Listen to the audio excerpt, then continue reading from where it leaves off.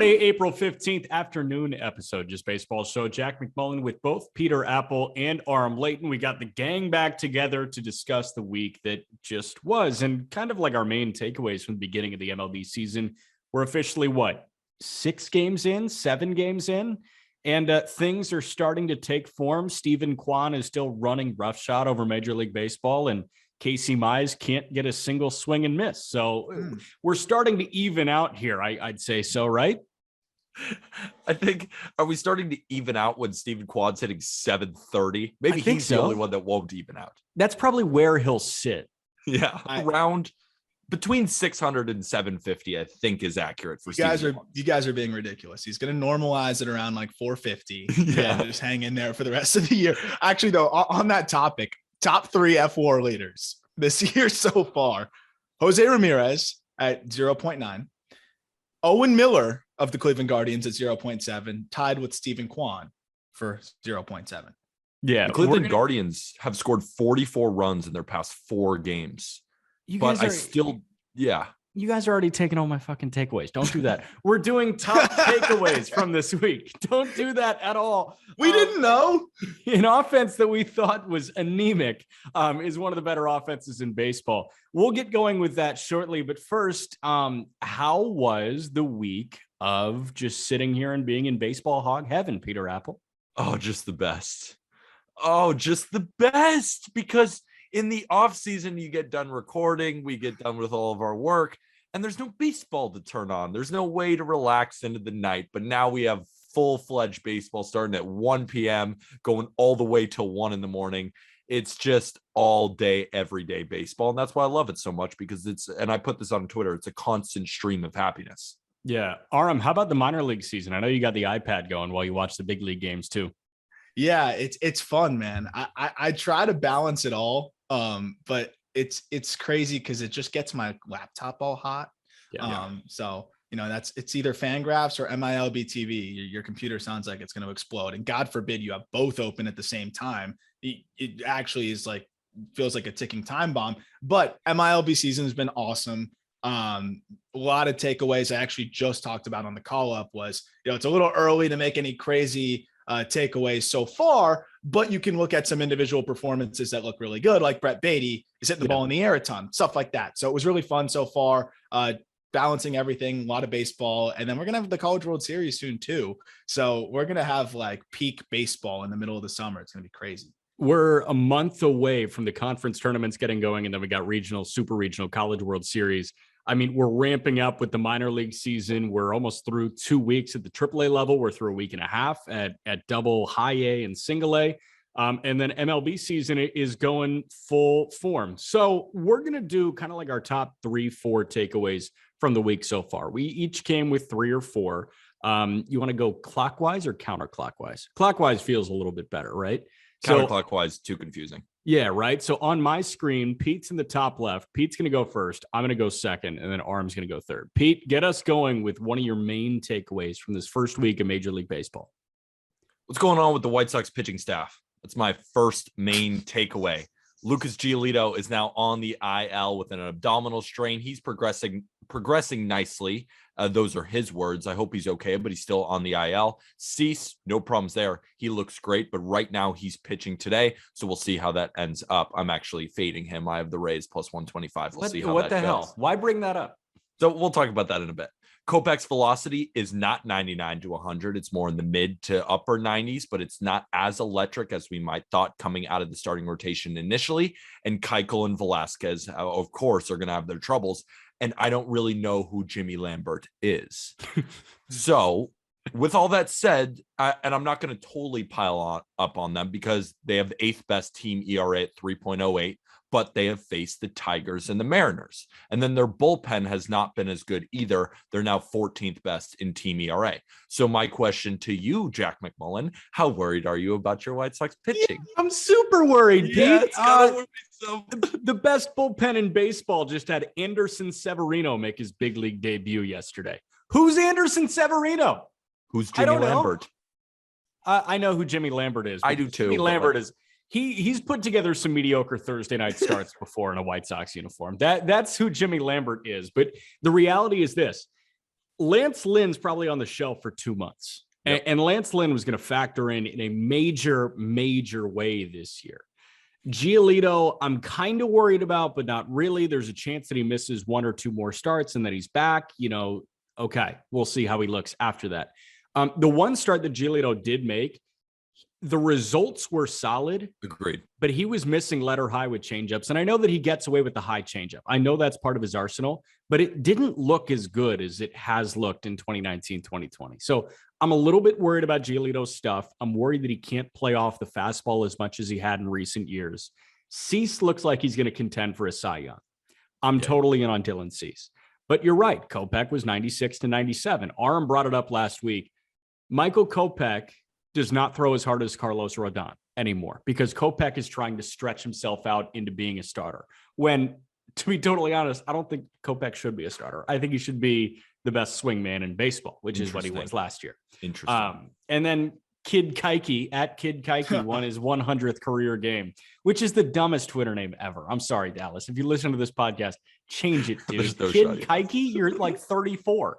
And then Velasquez, cool tattoos on the arms, but I think I'm good without Vince Velasquez in my starting rotation. So there you go. I'm nervous. I'm nervous. But we're going to break into my second takeaway, which has something to do with that AL Central, because the AL Central in itself, like they could still win the division with below average pitching. I mean, below average, it's not going to be below average. It's still going to be above average. But my thinking is with the White Sox, do you think they're anything above a first round exit this year? Oh God, you're going to make me answer that right now? No, I'm not going to make you answer that right now. Just that's where I'm seeing them again. I don't think they're taking this an additional step into ALCS World Series type. They need Rodon, right? Like they need somebody with that upside. I think Lance Lynn's shut up. I think Lance Lynn's going to be fine when he comes back, but I'm not confident in Lance Lynn in game 2 or game 3. I think Dylan Cease is a huge development for them if he continues to take that jump. But yeah, in a 7-game set or even a 5-game set, I'm a little bit nervous. And the problem with the White Sox is even if they're competing with some of these other teams, I look at the Blue Jays, I look at the Yankees, I look at some of these other teams, the Rays, they can all go out and get whoever the hell they want. How are the White Sox getting help? How are they getting an impact arm without trading from the big league squad? That's the worst system, if not bottom 3 system in baseball. And look, the big league team's talented. They're going to be in the playoffs. They're going to win the division. But yeah, Peter brings up a good point. Like, are they built for the postseason? I don't think so. And how do you help that? How do you facilitate that when you have no prospects? It's a really tough spot. They would probably have to trade from like their first round guy this year and then, trade from recent draftees and maybe a big league piece. That's tough. It's tough. So they're going to have to get really strategic this year, I think. And it really depends on the health of Lynn. Jack, they already said that they wouldn't trade Andrew Vaughn for Frankie Montas. Would you trade Andrew Vaughn for Frankie Montas? I would not trade Andrew Vaughn for Frankie Montas. We'll see what happens at the deadline. If the necessary return for Oakland goes down at the deadline and the White Sox are one of the main buyers, like does a Gavin Sheets, if he has a good front half of the year. You think at the trade deadline, everybody's going to be hunting for Montas. I feel like it could go up. So maybe you wait a little bit. Maybe you see if there's some dips. If Montas has a couple bad starts in a row, maybe the value goes down and you can go get him with Gavin Sheets and Colson Montgomery and then maybe somebody else. But like, that's probably not enough. It's probably Vaughn for Montas or it doesn't happen. And I don't want to do Vaughn for Montas because I really like Andrew Vaughn. Why? Just stack up and trade Andrew Vaughn. I don't want to. He's a good bat without a real position. I don't want to, dude. He's an amazing bat. That's the thing. He could be an amazing bat. He's an amazing bat. What does that mean? It means he was a top 20 prospect in baseball last year without having a real position. He is raking so far this year. And he is raking so far this year. That is true. Well, they rushed the hell out of him. He jumped from 29 games in high A to straight to the big league. So they rushed that. I think he could put it. There's a scenario where you make the trade and you're like, oh shit, why'd we do that? But I would consider it. I really would. But you got to wait, right? Like, I wouldn't do it now. I'd see how Vaughn's doing 2-3 months from now. See how Montas is doing 2-3 months from now. But like, I'm never afraid to trade a DH first baseman, stretched out outfielder type guy. I'm never really afraid to trade those dudes. But yeah, if you can find a way to trade Gavin Sheets, Colson Montgomery, and somebody else and make it happen, hell, make it happen. Give them all your garbage for Frankie Montas. Like all the people who don't play for Frankie Colson Montas. Montgomery are garbage. They're not garbage. They're just not playing on the White Sox that much. Do you want my first takeaway, or do you want to rip off all three of yours and then we just go like that? No, I say we go in a counterclockwise or whatever. We're going clockwise. Remember, you said counterclockwise was stupid. My first takeaway is that Casey Mize may kill me. Yeah. Casey Mize has faced 45 hitters, and he has 4 punch-outs in 45 hitters. That's a 4.12 FIP. You see, Aram, before you say something, Casey Mize has a 4.12 FIP. Bailey Ober is at 5.22. So I'm winning by more than a whole point right now. Crazy. The fact that I, just to like spite you, had to pull out Bailey Ober to try to beat the number 1 overall pick that threw a no-hitter 2 years ago in Double-A. Also, I was giving you, for those on YouTube, I was giving you my shocked face that Casey Mize has 4 strikeouts in the season so far. Ober is going to settle in. Mize is Mize. I still like my Ober bet. But yeah, I mean, Casey Mize just he's not good. I want to lose this one. I'm happy to lose this one. I like Casey Mize. I know how sad it is that I'm competing with you in a fiery competition, Casey Mize versus Bailey Ober. I wish it was like Casey Mize versus Luis Castillo, but that's not the reality with Casey Mize anymore. No, unfortunately, it's just not that good. It's like the splitter is the pitch, and the splitter is not like a Carlos Rodon slider. Can we admit that Erod looks like shit? Thank you. I was talking about him on Not Gambling Advice with Colby, and I'm like, dude, Erod is not that guy. We went through all the stats. I won't go through it there. You check out the episode of Not Gambling Advice, but he is still so on the Erod train. And dude, I'm like, you watch him and each one of his pitches sucks. And I'm like, the changeup is fine. And he's like, no, the changeup is great. And I'm like, look at the cutter. It's getting beat up on. All of his pitches aren't that great. And now, you know, he couldn't wear earrings in Fenway. Now he's wearing earrings. And you can't wear earrings for the Red Sox? Couldn't wear earrings for the Red Sox? No. Huh. Now he gets to wear earrings in Comerica and he's getting crushed. So something I do with my broadcast partner in Indy, Howard Kelman, is we do this date in baseball history because this guy is an encyclopedia. He's a legend. Like he can tell me. I asked him Ted Williams' career walk numbers, and he just gave me the exact numbers. Stan Musial, he gave me the exact numbers from his 1948 season, just like that type of guy. So this date in baseball history, 1971, Reggie Jackson had a mustache for the Oakland A's. 1971, he was the first major leaguer with facial hair since 1936. I didn't realize that. We went from 36 to 71 with no facial hair. Gossage wasn't. Oh, Gossage was later. Yeah. Yeah. What? Mm-hmm. That's lame. Or cool. Let the kids play. You think people were just super rattled about like a mustache at the time? Oh my God. So unprofessional. Short circuiting. Aram, what's your first takeaway? Also, I wanted to just do one quick thing on Erod real quick. 42 fastballs, 14 pitches that also registered as a sinker. I don't know if it was a changeup that he threw too hard or if it was the sinker. And then he just mixed in the cutter, changeup, and slider 6 and 4 times respectively. What is he doing? He's throwing all fastballs. He's throwing. That's what I'm saying, Aram. He doesn't look good. 80% fastballs. What am I missing here? Am I missing something?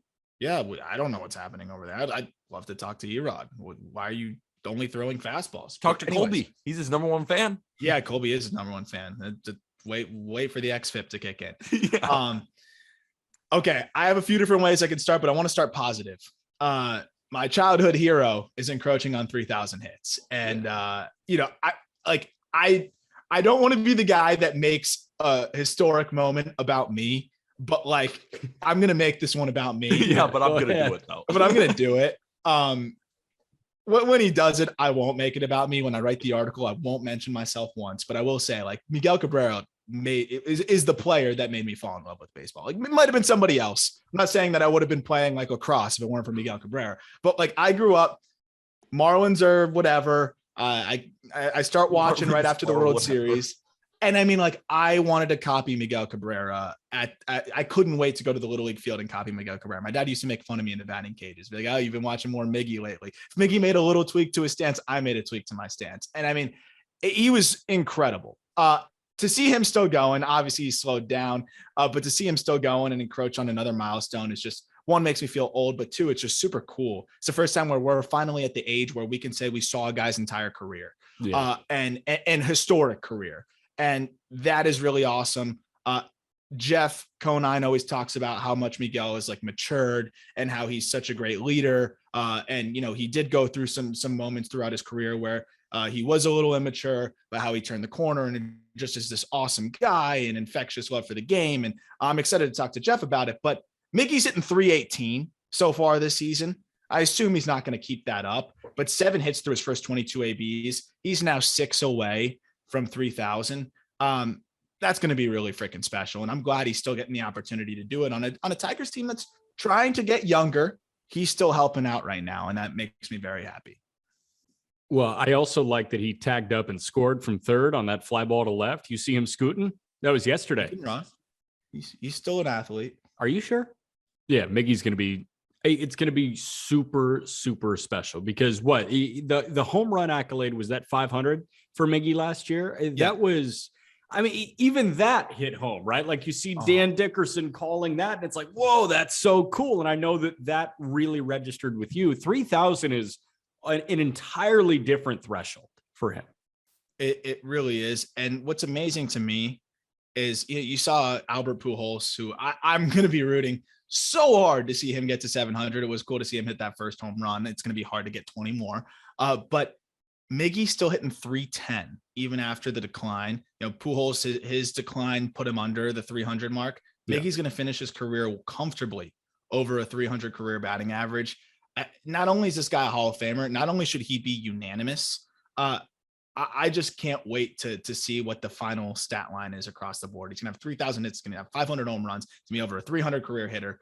It's just a ridiculous pair of MVPs, a triple crown. Yeah. He's up there top of some of the most decorated players of all time.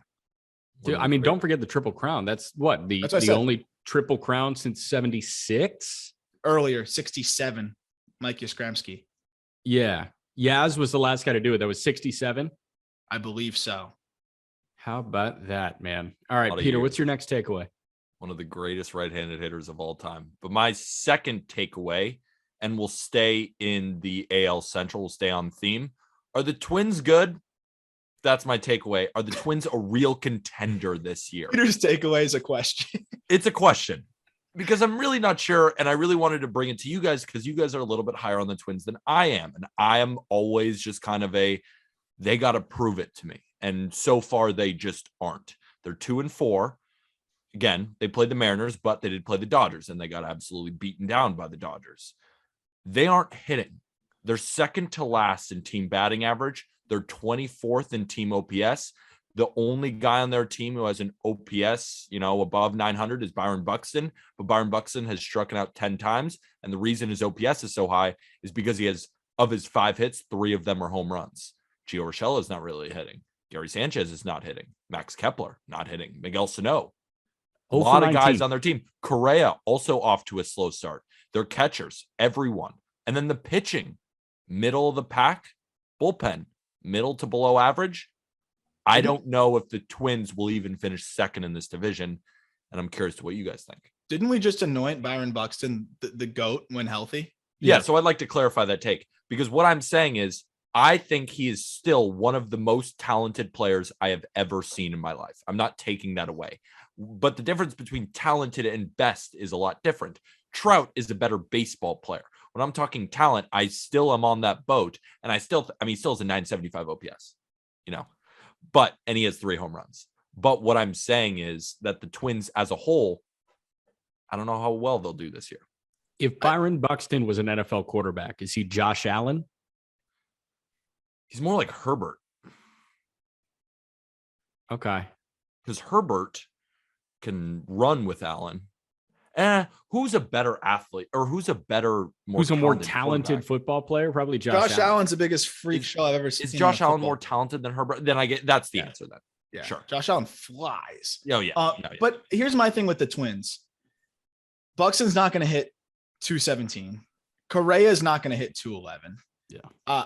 I mean, we'll see on Kepler, but I mean, you can put Kepler. I still don't think Kepler is an everyday player. I think he's a platoon guy and a really freaking good one.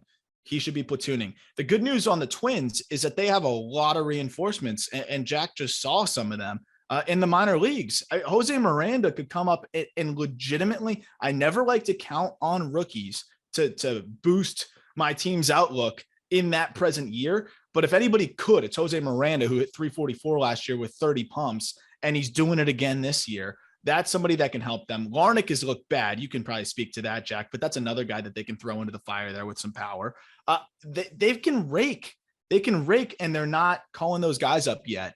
I would like to see a little bit of Miranda in the lineup rather than really seeing some of the guys like Urshela every day or Sano every day. Sano's the problem. It's Sano. No, but Urshela offensively is like, I would like to see some of those at-bats, some of those plate appearances go to Miranda, like split time between those two spots. I think that would help them a lot. Nick Gordon, like, is Nick Gordon a guy for you?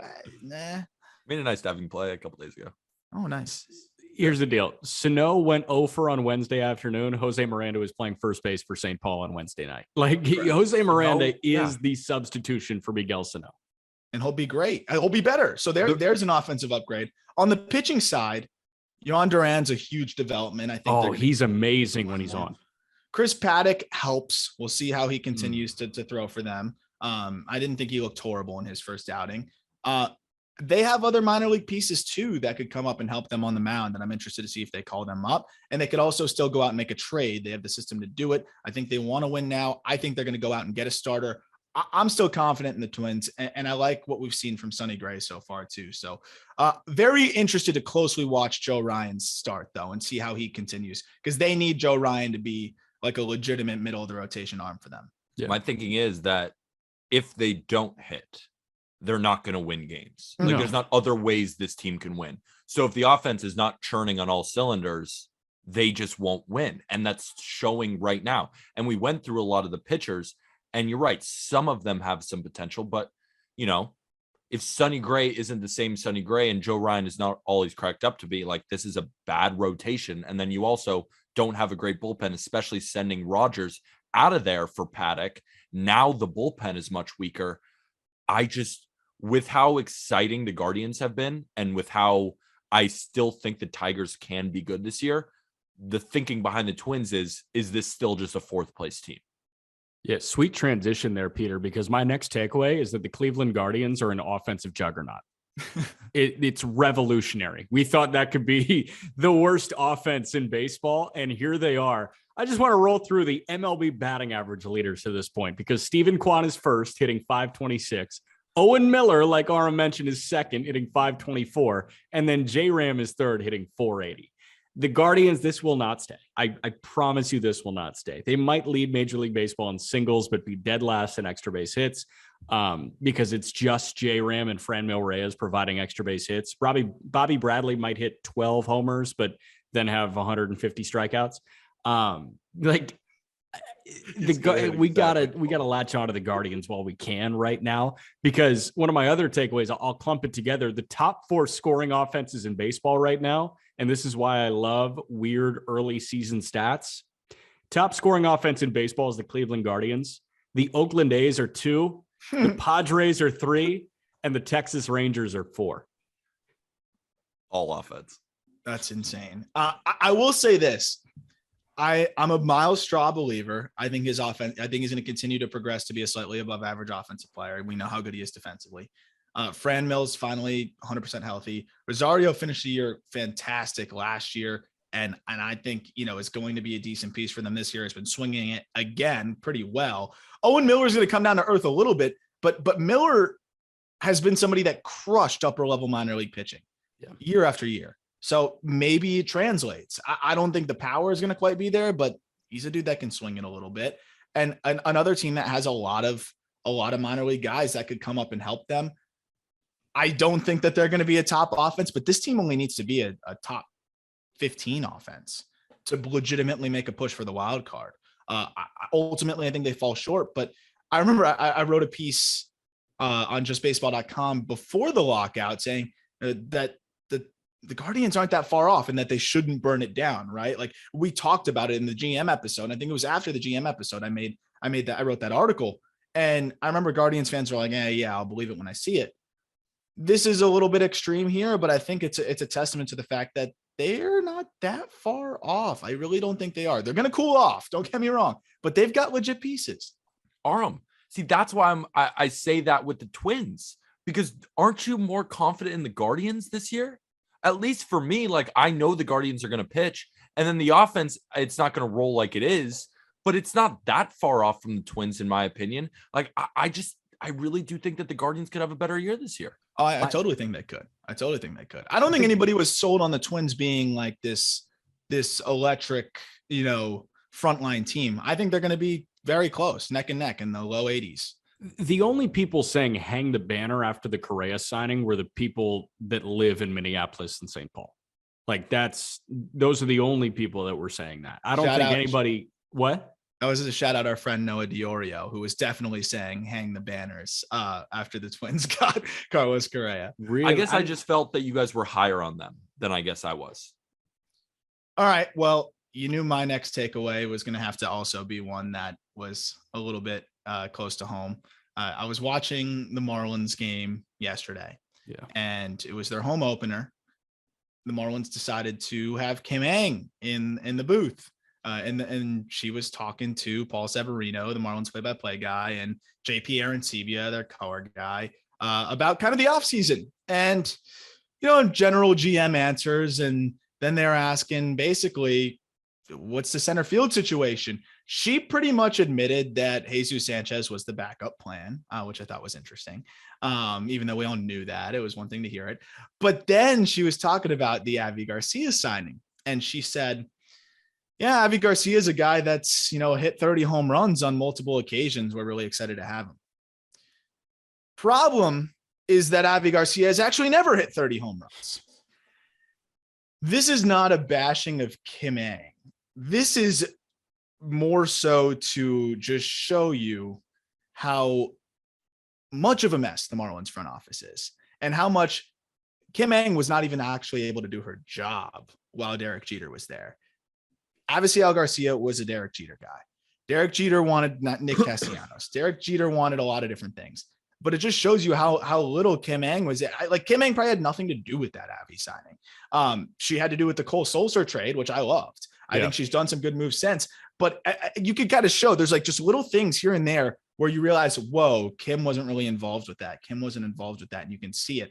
I would venture to say Kim had nothing to do with that Avi Garcia signing, which I on record hated. Just had his first hit. But anytime your GM doesn't know how many home runs or how many times a guy that you just shelled out $54 million, which is a lot for the Marlins, has hit home runs 30 times, that is absolutely petrifying. And I was just curious what your guys' thoughts are on that. So my initial reaction is that is for sure a Jeter thing. Jeter kind of blocked Kim Ng out and signed Avi Garcia. And when Kim took over, I think she knew that the media was going to press her about the Avi Garcia signing, because once you scrub Jeter from the front office, everything past, present, future lies on Kim Ng, and emphasis on past there. So people are going to, when Avi Garcia sucks, they'll say, oh, come for Kim Ng's head, right? Because she's the GM. She was still the GM at that point. She had nothing to do with it. I will say this, though. Media training 101 is you gotta figure out how to protect your ass. Yeah. And I don't think Kim did that. I think you have to be able to justify the signing in a way that it works for everybody within the organization. And she couldn't really do that. Avi hit 29 homers last year. He had 20 homers in 2019. You can say he's coming off of his best power season of his career. That's easy. That's easy enough. You can even say he's coming off of a 30 homer season last year. Nobody's going to grill you on 29 versus 30. But when you say something like multi 30 homer seasons, you're wrong there. And you got to know with the GM lens through the media perspective, everything you say that can be fact checked will be fact checked. Yep. Also, are you saying she hasn't looked up Avisel Garcia's stats? She's the GM of the Marlins, and he's the biggest signing of the offseason. I'm not saying it's her fault, because probably I'm on your side. I think this was a Jeter signing after he didn't get Castellanos and just gave a bunch of money to the best outfielder that he saw in his opinion. It goes to show Michael Conforto still remains unsigned, by the way. That's like still insane. Correct. But come on. You didn't look up the Fangraphs? You think she just misspoke? Reference like once. Could have been misspoke. Like, I don't like the team. I don't even comfortable speak like that. Be honest though, you guys have been on a hot mic before. We're on a hot mic right now. When you're on a hot mic, you are uncomfortable for the first however many times you're doing it. When you put a headset on in a big league broadcast booth, that can be terrifying for somebody that is not a big league broadcaster. I'm not saying it was terrifying for Kim Ng, but I'm saying that she had to get buttoned up and she has to think on the fly and say everything correctly. You gotta walk on eggshells in a way that you don't walk on eggshells typically. Well, and again, that's true. And in her defense, this has just been such a shit show for her to like, she's overqualified in a lot of ways. She should have been a GM earlier. And I think that this situation that she was thrown into kind of just set her up for failure. I don't think she's going to fail yet. Like, she has more than enough time to figure things out. But she was thrown into a situation where Gary Denbo and Derek Jeter ran the show. Craig Mish will come back on the show and tell you that himself. But like, everyone kind of knows that that's how it was going. So you're a GM that doesn't have a lot of autonomy, that doesn't get the experience to be able to be the one making calls and interacting with teams. And then all of a sudden Jeter ups and leaves, and now you're just thrown into the fire. Gary Denbo's a lame duck, the head of player development. He's going to be gone after this year. His contract's up. Now she's just thrown into the fire. Now she's got to like catch up and do everything after she was really not even able to do her job in the beginning. It's unfortunate and a tough spot for her, especially because where they're at in the rebuild and now there's pressure to win now. She's got a lot going on. I'm rooting for her, but I had to bring that comment up. One, because I hated the signing anyways. But two, it just kind of shows how much things were in disarray in the front office and how they're still trying to catch up and kind of chase their own tail from all of the chaos that came into this year. That's fair. All right, we'll get to our final takeaways in a moment, but I know that Loupe had some very decent polls, Aram Leighton.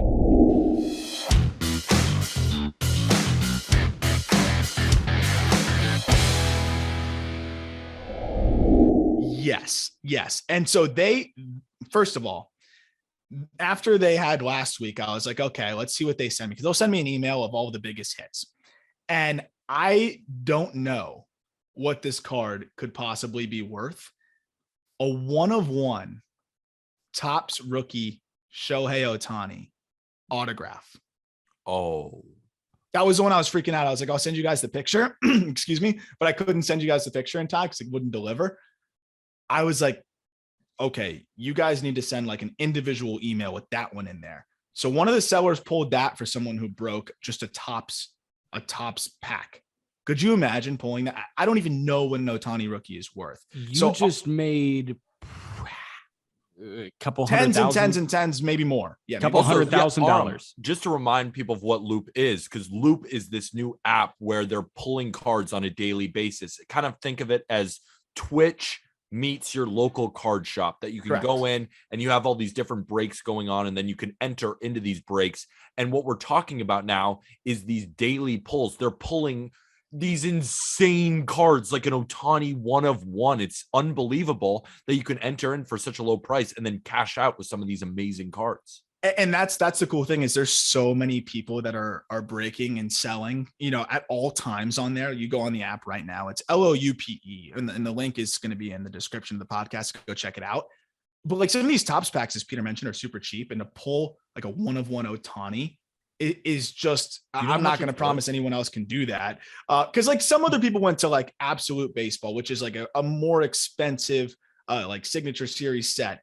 And someone pulled a Juan Soto autographed baseball, like cutout piece in the car. That's super cool, but that was probably like a more expensive buy-in. Someone bought into a regular Topps break and pulls a 1/1 Ohtani. I've never seen anything like it. It's like gold around it. And the coolest part is they just ship it straight to your door and it's good to go. Like you don't have to go pick it up anywhere. You don't have to worry about anything and it's good to go. One other one that was insane was a patch autograph Topps 11 out of 25 Wander Franco, which by the way, I knew we'd get some heat. I know Peter wanted him a little bit higher. 10th on the shortstop rankings. Did the Rays comment on that TikTok, Peter? The Rays commented. I saw that. Rays commented 10th. And I was like, am I about to go to war with the entire Rays organization right now? Or is it really just a social media tell them person behind just commenting? Prove it. But that's the thing. Everyone on Topps right now, or that's opening Topps, is going after that Wander Franco rookie card. Right. But on top of that, one thing that Loupe is doing that I know they really wanted us to let people know, and I'm excited about, I'm going to nominate my local card shop. They're doing an America's Best Card Shop competition, which is designed to just celebrate the lifeblood of the hobby. I mean, I know you guys probably can relate. Growing up when we were really young, card shops still existed. And then they kind of started to disappear because brick and mortar card shops were hard to justify. And now with the hobby exploding again, we're seeing them reemerge and a lot of different local card shops all over. So Loupe is partnering with Topps and Blowout Cards to crown the best hobby shop in the United States. And we're going to link that in the description as well. If you want to nominate your favorite card shop, or you are the owner of a card shop and want to nominate one, this is a really cool way to do it. I believe the winner gets, I know they get a lot of stuff, but I believe they get some sort of crazy prize, a ton of free products. They become a Loupe partner, one of their main partners, along with a lot of other really big time things and a $50,000 check. Oh yeah. Also that. That's a big part of it. Yeah. That's the, by the way. So yeah, whether you want to nominate somebody for this big competition here that we'll be working with them on, or you want to chase, there's no more 1 of 1 Ohtanis in that Topps break, but there's some others that'll be pretty insane. I'm going to wait for Loupe to let us know what that 1 of 1 Ohtani goes for. If anybody knows, shoot me a tweet what you think it's worth. I'm going to tweet out pictures of these cards so you can check them out on my personal Twitter because I think people need to see some of these Loupe hits. But yeah, I'm going to be buying now. This weekend I will be, because the best part, the last thing I'll say on Loupe is it can be like 12 o'clock at night and you're just sitting there and you're bored. And you can go and there's some late night seller on there. The second you jump in, someone's so like, up your alley. Aram, what's going on? And I'm like, hell yeah. And I'm on there in the chat. Like, Aram, you buying anything? Like, though, because we'll see, it'll say like Aram joined. And I go in and I'll buy something. They're like, all right, Aram, let's rip these. And I'm like, all right, I'm not going to sleep tonight. Well, here's the deal. Like, it's 12:53 on Friday afternoon. You've got 6 breaks that are currently live right now. And then I'm looking at the schedule. You have one at 2 o'clock, one at 3 o'clock, one at 4, one at 5:15, one at 7, one at 9, one at 10, one at midnight, one at 12:15, and then tomorrow at 8 a.m. they get going again. Like, they don't let you relax. Constant go on the Loupe app. They don't let you relax, and I love it. I broke us either. We don't let you relax. They don't either. Before we move on to our final takeaways, embarrassing admission, I did one time rip a pack on the Loupe app at a bar virtually. Dude, they will love to hear that, Aram. Yeah. Arms out partying, breaking card packs, breaking cards on Loupe. That's the real party.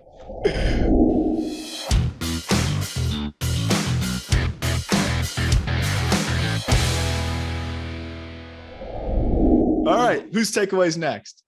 Peter's final takeaway. My final takeaway: the Yankees pitching looks pretty real, everybody.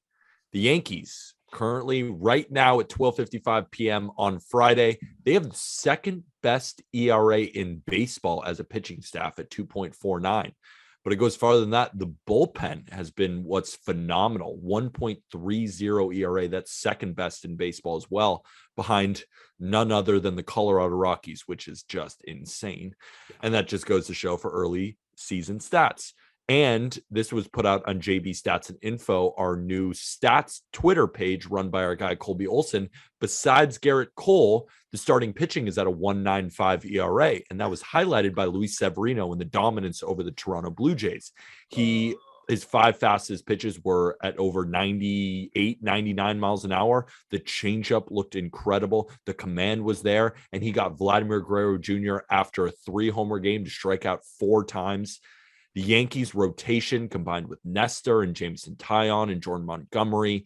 Garrett Cole will be better. He's had some tough outings in the first inning in particular, but then he settles down. That seems to be the Garrett Cole special these days.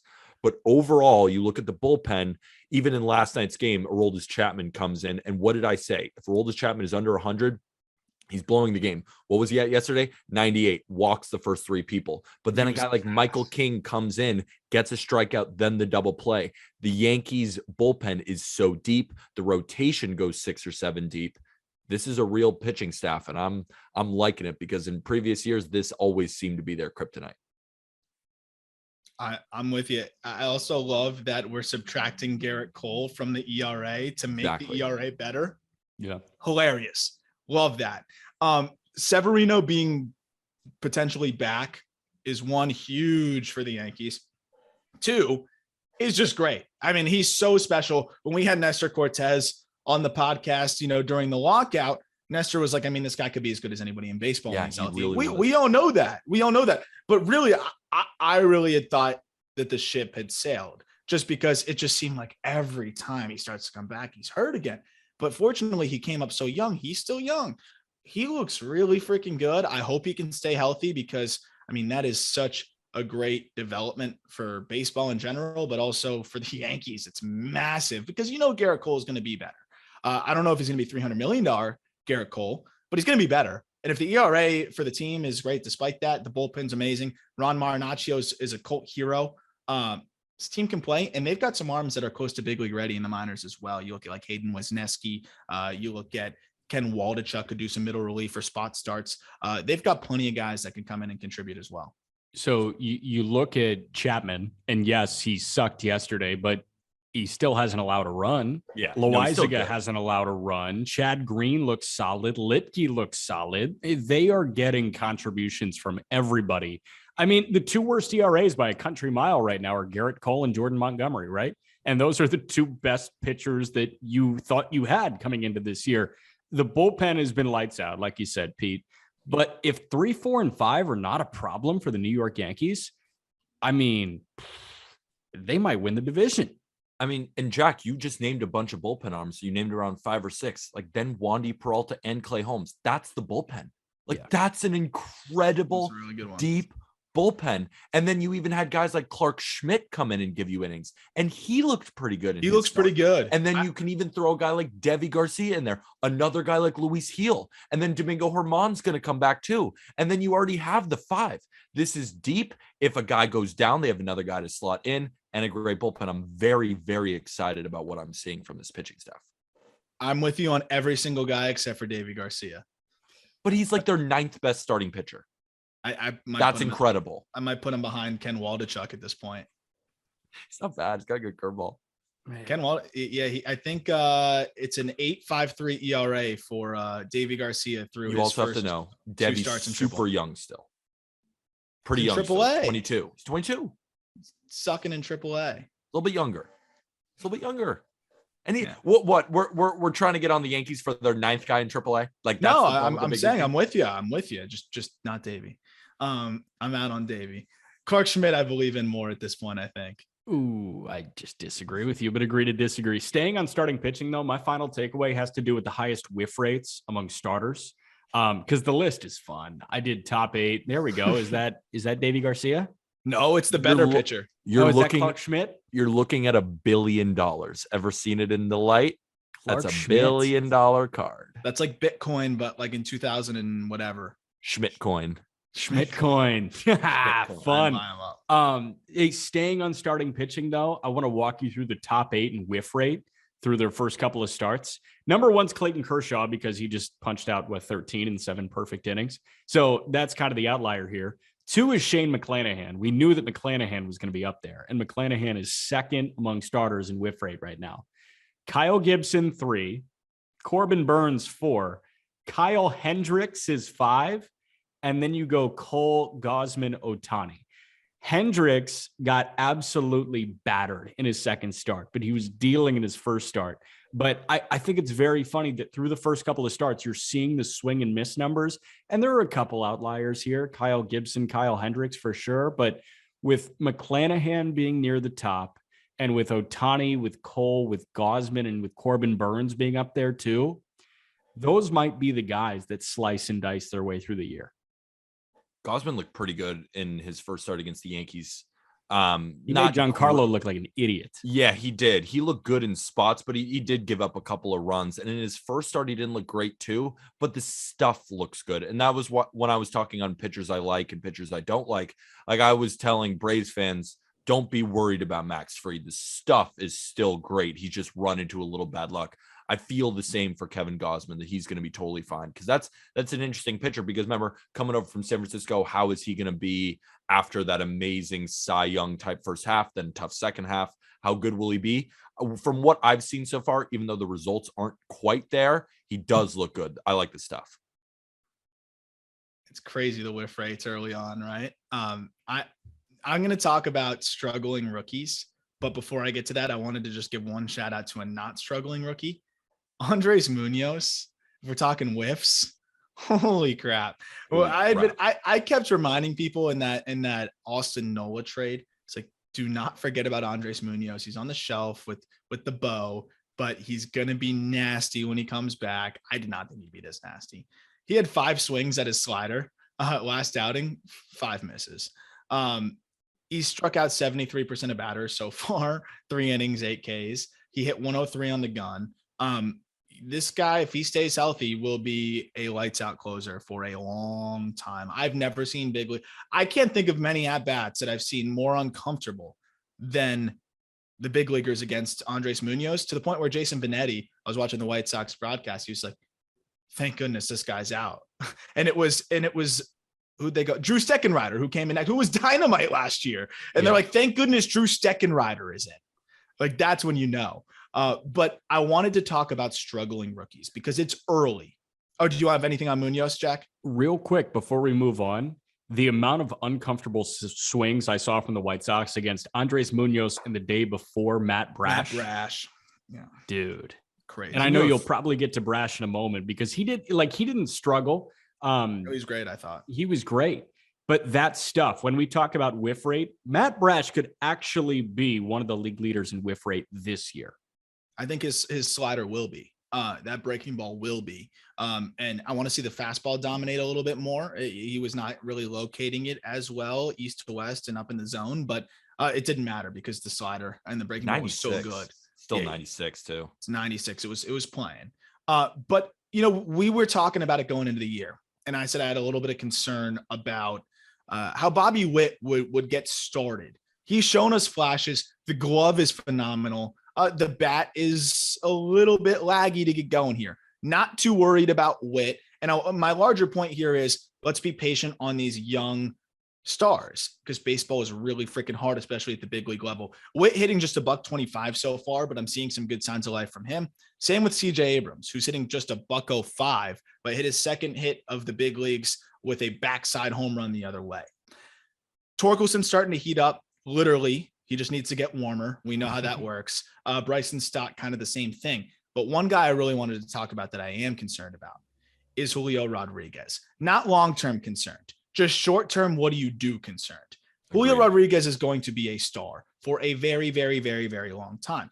And we were always pushing like, this guy should be up in the big leagues. This guy should be up in the big leagues, talking about different prospects. So I always want to support a team being aggressive. But this was the one time where I was like, he probably could have used a little bit more seasoning in the minors. He had only played, 30, 40 games above high A in his professional career. It was actually 46 games above high A in his professional career, and missed a large part of the season to play in the Olympics last year, which was fine. But that does kind of get away from the classic development track. He's not had that much experience, let alone experience in center field. So now he has to really answer to center field, get acclimated out there defensively, and get acclimated offensively. He's not doing it. He's striking out 52% of the time so far, 12 Ks in 23 plate appearances. He just doesn't look competitive up there. This isn't a CJ Abrams struggle. This isn't a Torkelson struggle. This is a guy that might not be ready kind of struggle. And I think they jumped the gun, especially with who they have already at the big league level.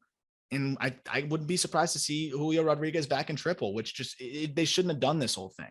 Yeah, Aram, the biggest thing that people are in our DMs about or are talking to me about right now is why I didn't bet on Julio Rodriguez to win the AL Rookie of the Year, even though I've been fully on board saying like, oh, I think Julio Rodriguez should be the best rookie out of this whole class. He's my personal favorite prospect on just baseball. He might be 2, 3, or 4, but he's one of the best prospects in baseball. I just didn't think he was ready yet. You say yourself 46 games above high A, and now he's getting pushed into the major leagues.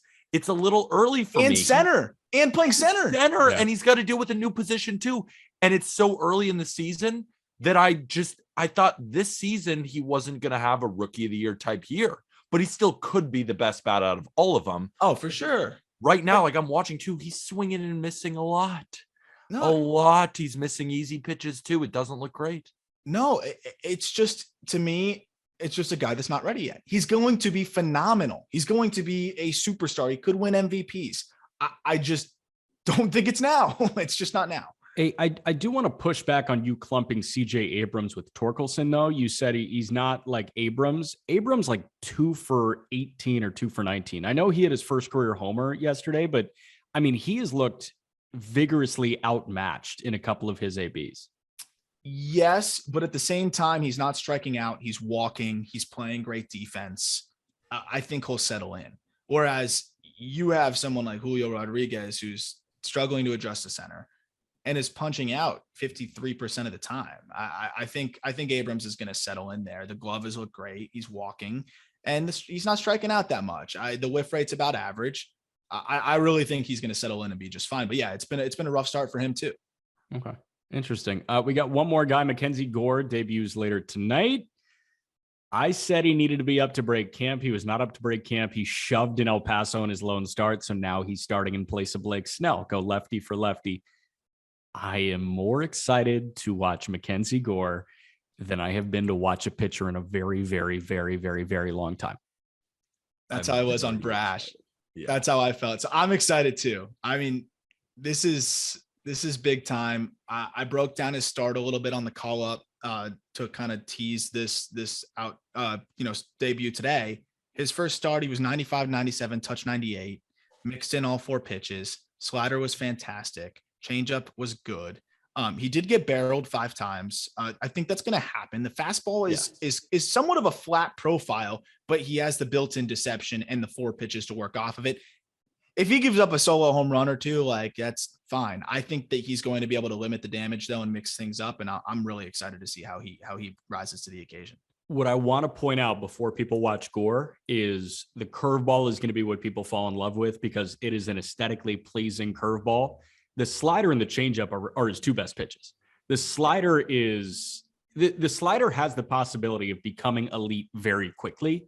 And the changeup, the way it plays off that relatively straight fastball is incredible. Seeing slider changeup and seeing him work with the fastball and curveball off of the slider and the changeup, that's the type of guy that can go 7 scoreless with 75 pitches. Totally. Kind of described a young Kershaw there a little bit. That's what he was when he was in high A, right? People were branding him in 2019 as a young Kershaw. It's funny, just like we just saw Kershaw in the perfect game, and now you're describing this young left-hander with the hitch and the leg kick and all that kind of. I'm so otherworldly excited. And my last sort of takeaway that I just wanted to throw in here at the last second: Astros are still the favorites in the American League. I know we were kind of talking about that. Their pitching is the best in baseball right now in terms of ERA. Oh, talk about a rookie too, Jeremy Pena. He looks great. 820 OPS with stellar defense. Looks great. He didn't have to replace Correa. He just had to be decent, and he's been more than that. Like we talked about Framber, we talked about Luis Garcia. They've been good so far, and even guys like Jose Urquidy have been good. Verlander's been good. Javier's been good, and then you go in their bullpen like Presley. They're just everyone is churning out inning after inning of good, excellent pitching, and if they can pitch like that on top of the offense, which really hasn't gotten going yet, they are a very scary team. And when we settle in and when they add McCullers back to this rotation, Exactly. damn. And they're going to add Jake Myers back to the lineup too, which I mean isn't groundbreaking, but that's another really solid bat that was great for them in the postseason. Just more Siri good went yard the other day. I love Jose Siri. Siri's hitting 455 through his first 11. And Bregman's been good too. Bregman's been great. Yeah. Hey, so this is a team to watch. I mean, not to watch. You already know you're watching the Astros. I'm just saying, maybe Blue Jays, maybe Rays, maybe White Sox, maybe Yankees, Red Sox, Angels, Mariners. Astros are my number one team right now in the American League. Send them into the weekend, King. Get your Just Baseball merch. I'm rocking my Not Gambling Advice tee. We're on a roll with Not Gambling Advice, so go check out that podcast talking fantasy baseball and gambling. Go check out Aram's podcast, The Call Up, talking prospects on there. Still love that. List live Monday. Top 100 list live Monday. Join our chalkboard. It's our baseball group chat. We're talking baseball all day long there. The link is in there. Give us a follow on Twitter. All of our social medias are in there as well. What else? We got State of the Division debuts on Monday. State of the Division debuts on Monday. That's going to be a fire podcast.